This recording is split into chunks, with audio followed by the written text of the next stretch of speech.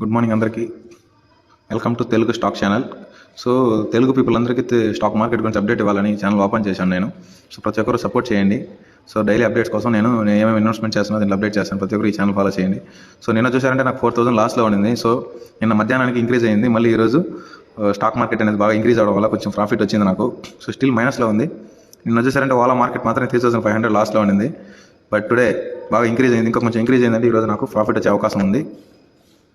అదేవిధంగా సుజలాన్ ఎనర్జీ ఈరోజు బాగా పర్ఫామ్ చేస్తూ ఉంది. లాస్ట్ 1 వీక్ అంటే ఈరోజు ఇంక్రీజ్ అవడం వల్ల ప్రాఫిట్ వచ్చింది. నాకు 250 రూపీస్ ప్రాఫిట్ వచ్చింది ఓవరాల్గా.